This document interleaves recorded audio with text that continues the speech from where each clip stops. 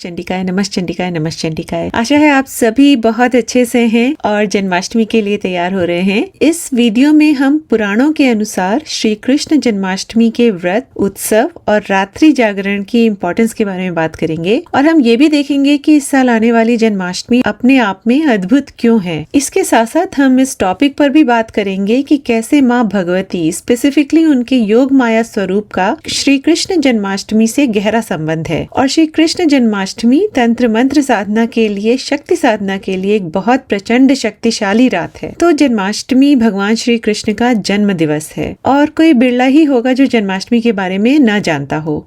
जन्माष्टमी का व्रत महोत्सव मनुष्यों के सब पापों को हर लेने वाला कहा गया है, संतान सुख देने वाला कहा गया है, भोग और मोक्ष देने वाला कहा गया है और कहा गया है कि इसको करने से करोड़ों एकादशी व्रतों का फल मिलता है और अकाल मृत्यु नहीं होती है और न ही स्त्रियों का गर्भपात होता है। श्रावण की कृष्णा अष्टमी मतलब जन्माष्टमी मनवंतर की आदि तिथि भी है जो दान के पुण्य को अक्षय करने वाली है और मनुष्यों के लिए पितृ कर्म में अत्यंत पुण्य देने वाली है।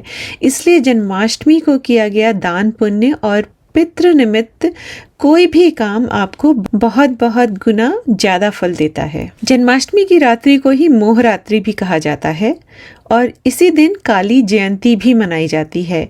10 महाविद्या में जो सबसे पहले काली माँ हैं, उनकी जयंती अगर आप देखेंगे तो हर कृष्ण अष्टमी को काली जयंती भी होती है। 4 महारात्रियां तंत्र और मंत्र साधना के लिए बहुत इंपॉर्टेंट बताई गई हैं और उनमें से एक रात्रि है भगवान श्री कृष्ण की जन्माष्टमी, जिसको हम मोहरात्रि भी कहते हैं। कभी आपने सोचा है जन्माष्टमी को मोहरात्रि क्यों बोला जाता है? और इसके पीछे का रीजन ये है कि जब भगवान श्री कृष्ण का जन्म हुआ था तो भगवती ने सभी को मोह में डाल दिया था। सभी दुष्ट लोग मोह में पड़ गए थे और सभी भले लोग मोह से बाहर आ गए थे। अगर आपको कृष्ण जन्म की कथा याद हो तो कृष्ण जन्म होते ही कंस के सभी द्वारपाल सो गए थे और ताले बेड़ियां अपने आप खुल गए थे। वसुदेव बहुत आसानी से बाल कृष्ण को लेकर कारावास से निकल आए थे। ये माँ भगवती की मोह माया ही थी। और दुर्गा सप्तशती में भी ब्रह्मा जी भगवान विष्णु की अनुपम शक्ति भगवती निंद्रा देवी भगवती महामाया की स्तुति करते हुए कहते हैं, भयंकर काल रात्रि, महारात्रि और मोहरात्रि भी तुम ही हो। इसलिए इन रात्रियों में शक्ति साधना का बहुत विधान है। कृष्ण जन्माष्टमी इनमें से मोहरात्रि है और ये रात्रि तंत्र मंत्र के लिए बहुत महान मानी जाती है। ये भी कहा जाता है कि इन 4 रात्रियों में मंत्रों का कीलन भी हट जाता है। माँ मातंगी की साधना का विधान भी मोहरात्रि से जोड़ा जाता है और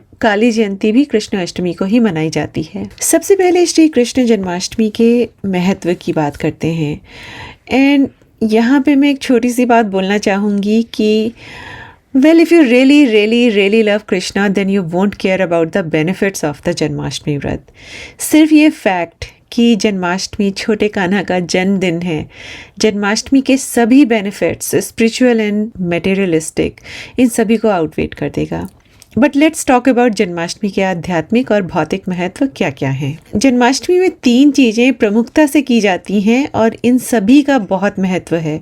सबसे पहला है व्रत या उपवास रखना, दूसरा है महोत्सव मनाना जिसमें आप श्री कृष्ण के लिए प्रसूति गृह और पालना इत्यादि का निर्माण करते हैं, उनको सजाते हैं और उसमें बाल कृष्ण को स्थापित करते हैं, और तीसरा है रात्रि जागरण। और इसके साथ साथ जन्माष्टमी उन महारात्रियों में से एक है जो तंत्र मंत्र साधना के लिए भी बहुत शक्तिशाली हैं। इसके लिए हम पुराण और संहिता को देखेंगे।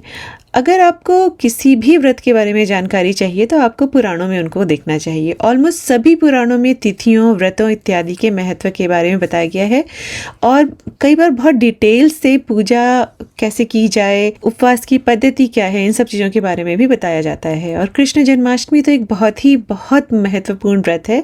इसके बारे में आपको ऑलमोस्ट सभी पुराणों में कुछ ना कुछ मिल जाएगा। तो सबसे पहले देखते हैं नारद पुराण में क्या लिखा है। नारद पुराण में सनातन जी नारद मुनि को बताते हैं, यही कृष्ण जन्माष्टमी तिथि है जो मनुष्यों के सब पापों को हर लेने वाली कही गई है। श्री कृष्ण के जन्म के दिन केवल उपवास करने मात्र से, मतलब अगर आप सिर्फ व्रत रख रहे हैं, सिर्फ उपवास करने मात्र से मनुष्य 7 जन्मों के पापों से मुक्त हो जाता है। इस जन्माष्टमी के समान दूसरा कोई व्रत तीनों लोकों में नहीं है जिसको करने से करोड़ों एकादशियों का फल प्राप्त हो जाता है। कृष्णाष्टमी पर गंगा स्नान का भी बहुत महत्व बताया गया है और इसके बारे में सनातन जी बताते हैं, कृष्णाष्टमी मतलब भाद्रपद कृष्णाष्टमी को गंगा स्नान करने से साधारण तिथि के स्नान की अपेक्षा सहस्र गुना फल ज़्यादा प्राप्त होता है। और कहा गया है कि सभी विशेष पर्वों पर आपको गंगा स्नान करने से उसका 100 गुना पुण्य प्राप्त होता है। तो गंगा स्नान का अपना महत्व है पर्वों पर। अब देखते हैं भविष्य पुराण में क्या कहा गया है। भविष्य पुराण में जन्माष्टमी व्रत और देवकी उत्सव की महिमा बताते हुए भगवान श्री कृष्ण ही बोलते हैं, महाराज, इस एक ही व्रत के कर लेने से 7 जन्म के पाप नष्ट हो जाते हैं। इस प्रकार जो मेरा भक्त पुरुष अथवा नारी देवी देवकी के इस महोत्सव को प्रतिवर्ष करता है, वह पुत्र, संतान, आरोग्य, धन धान्य, सद्ग्रह, दीर्घायुष्य और राज्य तथा सभी मनोरथों को प्राप्त करता है। जिस देश में यह उत्सव किया जाता है, मतलब जन्माष्टमी का उत्सव किया जाता है, वहाँ जन्म मरण, आवागमन की व्याधि, अवृष्टि तथा ईति भीति आदि का भय नहीं रहता है। मेघ समय पर वर्षा करते हैं। पांडुपुत्र, जिस घर में यह देवकी व्रत किया जाता है, वहाँ अकाल मृत्यु नहीं होती है और न ही गर्भपात होता है तथा वैधव्य, दौर्भाग्य एवं कलह नहीं होता है।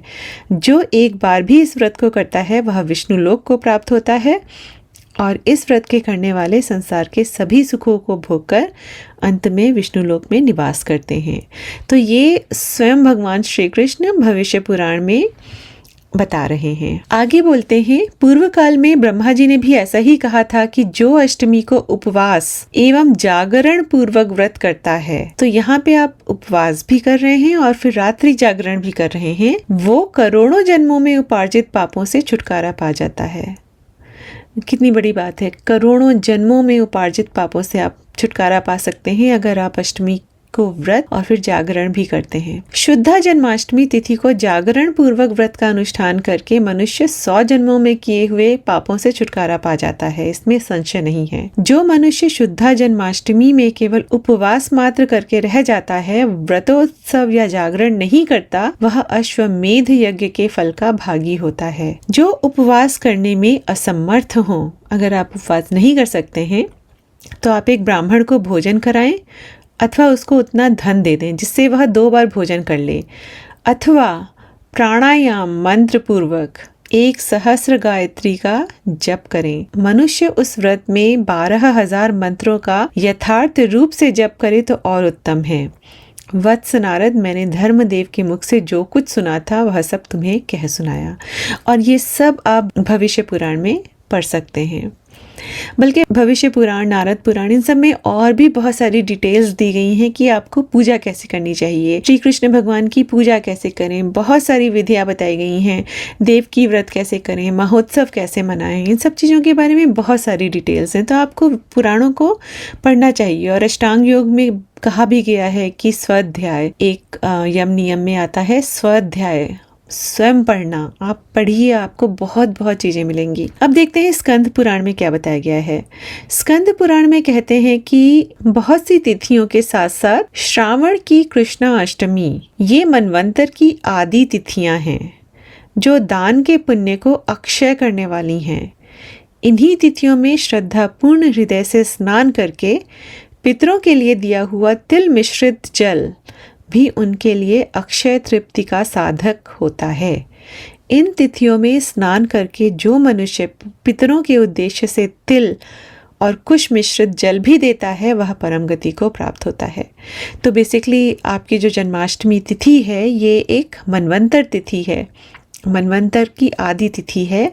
और इसमें आप दान अगर करते हैं तो उसकी अक्षय महिमा है, और अगर आप पितरों के निमित्त उनको कुश मिश्रित जल भी देते हैं, तिल और कुश मिश्रित जल भी देते हैं, तो उससे आपके पितृ परम गति को प्राप्त होते हैं। इसलिए बोला गया है कि कृष्ण जन्माष्टमी में दान और पितरों की तृप्ति भी कई गुना ज्यादा प्रभावकारी होती है। अब देखते हैं ब्रह्म वैवर्त पुराण में क्या लिखा है। ब्रह्म वैवर्त पुराण के श्री कृष्ण जन्म खंड में आपको जन्माष्टमी व्रत के पूजन, उपवास और महत्व का बहुत विस्तार से वर्णन मिलेगा।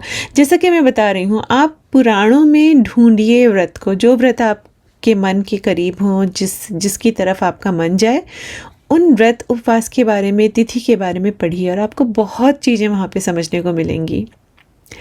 तो यहाँ पे ब्रह्मवैवर्त पुराण में नारद जी भगवान से जन्माष्टमी व्रत का महत्व और उससे प्राप्त होने वाले फल के बारे में पूछ रहे हैं। तो भगवान नारायण बताते हैं कि यदि आधी रात के समय अष्टमी तिथि का 1/4 अंश भी दृष्टिगोचर होता है तो वही व्रत का मुख्य काल होता है। उसी में साक्षात श्री हरि ने अवतार ग्रहण किया है। यह जय और पुण्य प्रदान करती है, इसलिए जयंती कही गई है। इसमें उपवास व्रत करके विद्वान पुरुष जागरण करते हैं, रात्रि जागरण करते हैं। और पूर्व काल में ब्रह्मा जी ने ऐसा कहा था कि जो अष्टमी को उपवास एवं जागरण पूर्वक व्रत करता है वह करोड़ों जन्मों में उपार्जित पापों से छुटकारा पा जाता है, इसमें संशय नहीं है।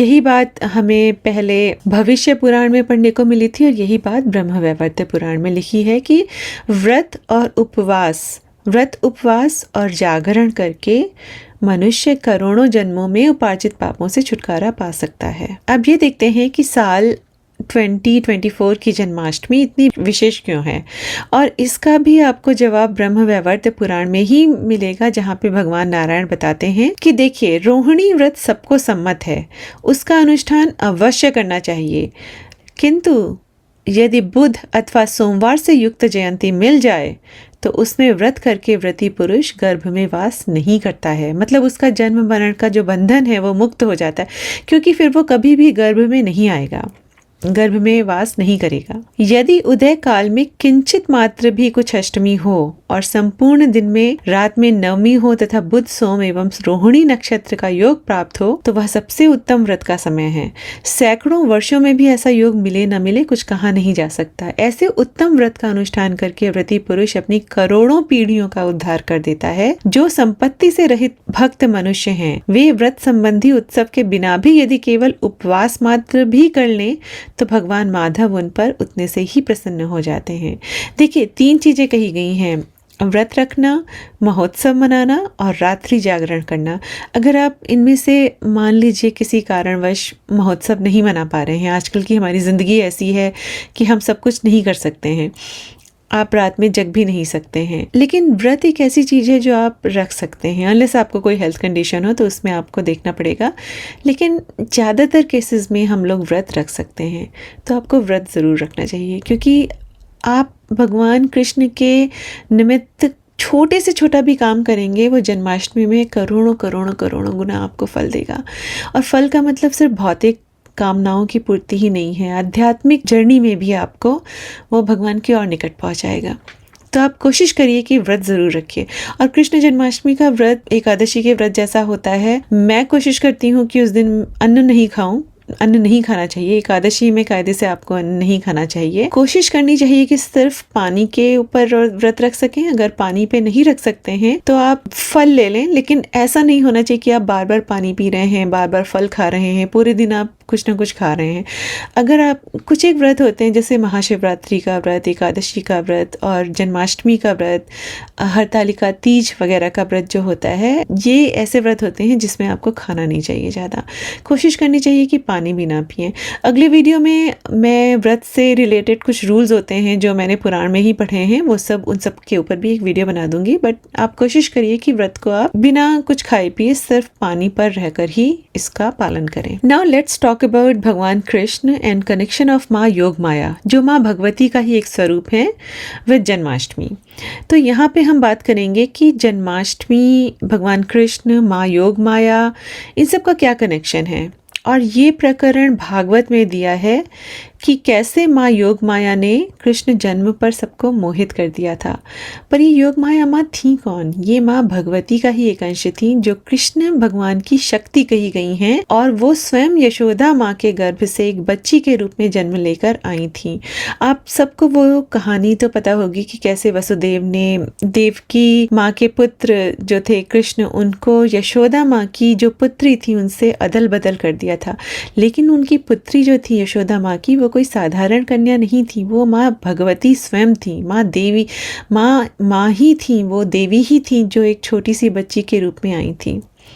और उनका रीज़न ही यही था कि उन्होंने सबको मोह में डाल दिया था कृष्ण जन्म के समय, और वो खुद वहाँ पे कंस को बताने आई थी कि तुम किसको मारने जा रहे हो, तुम्हारे को तो मारने वाला ऑलरेडी ही पैदा होके सकुशल बैठा है कहीं पे।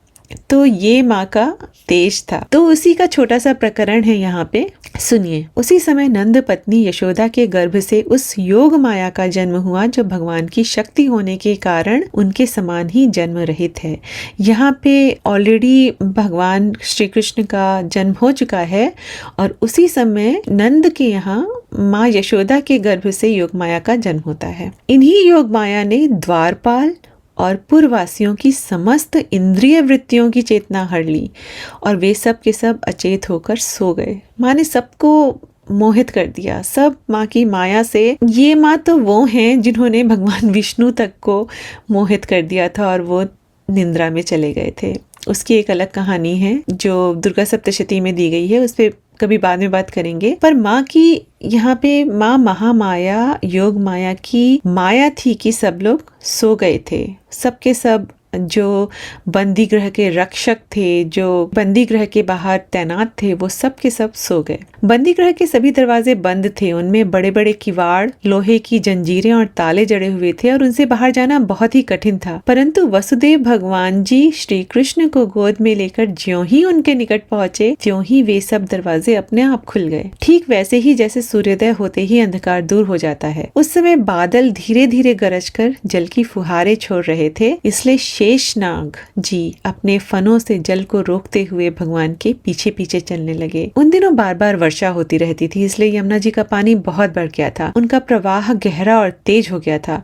तरल तरंगों के कारण जल पर भी फेन फेन ही हो रहा था।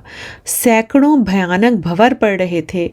जैसे सीतापति भगवान श्री राम को समुद्र ने मार्ग दे दिया था, वैसे ही यमुना जी ने भगवान को मार्ग दे दिया। वसुदेव जी ने नंद बाबा के गोकुल में जाकर देखा कि सबके सब गोप नींद में अचेत पड़े हुए हैं। उन्होंने अपने पुत्र को यशोदा की शैया पर सुला दिया और उनकी नवजात कन्या लेकर वे बंदीगृह में लौट आए। जेल में पहुंचकर वसुदेव जी ने उस कन्या को देव की शैया पर सुला दिया और अपने पैरों में बेड़ियां डाल ली तथा पहले की तरह वे बंदीगृह में बंद हो गए।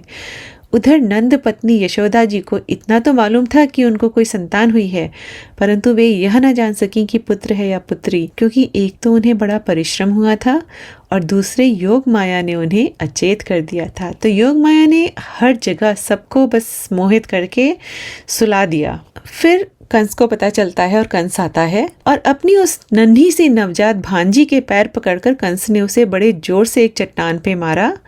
स्वार्थ ने उसके हृदय से सौहार्द को समूल उखाड़ फेंका था, परंतु श्री कृष्ण की वह छोटी बहन साधारण कन्या तो थी नहीं, देवी थी। उसके हाथ से छूटकर तुरंत आकाश में चली गईं और अपने बड़े बड़े 8 हाथों में आयुध लिए हुए दीख पड़ी। वह दिव्य माला, वस्त्र, चंदन और मणिमय आभूषणों से विभूषित थीं। उनके हाथों में धनुष, त्रिशूल, बाण, ढाल, तलवार, शंख, चक्र और गदा, ये 8 आयुध थे। सिद्ध, चारण, गंधर्व, अप्सरा, किन्नर और नागगण बहुत सी भेंट की सामग्री समर्पित करके उनकी स्तुति कर रहे थे। उस समय देवी ने कंस से यह कहा, रे मूर्ख, मुझे मारने से तुझे क्या मिलेगा? तेरे पूर्व जन्म का शत्रु तुझे मारने के लिए किसी स्थान पर पैदा हो चुका है। अब तू व्यर्थ निर्दोष बालकों की हत्या न किया कर। कंस से इस प्रकार कहकर भगवती योग माया वहां से अंतर्ध्यान हो गई और पृथ्वी के अनेक स्थानों में विभिन्न नामों से प्रसिद्ध हुई। और एक पुराण में लिखा हुआ है कि बेसिकली जो योग माया थी वो विंध्यवासिनी बनके विंध्याचल पर्वत पे विराजमान हो गई। तो ये कनेक्शन है माँ योग माया और भगवान श्री कृष्ण का। आप अगर देखेंगे तो 10 महाविद्या जो हैं उनके साथ उनके 10 भगवान विष्णु के 10 अवतार भी जुड़े हुए हैं और भगवान कृष्ण के साथ माँ काली का नाम आता है। तो आप अगर देखेंगे तो कृष्ण और काली, इन दोनों का एक अद्भुत कनेक्शन है जिसको हम किसी वीडियो में बहुत डिटेल से कवर करेंगे। पर जन्माष्टमी पर ही काली जयंती का होना अपने आप में ही बताता है कि कृष्ण और काली क्या है एक दूसरे के लिए।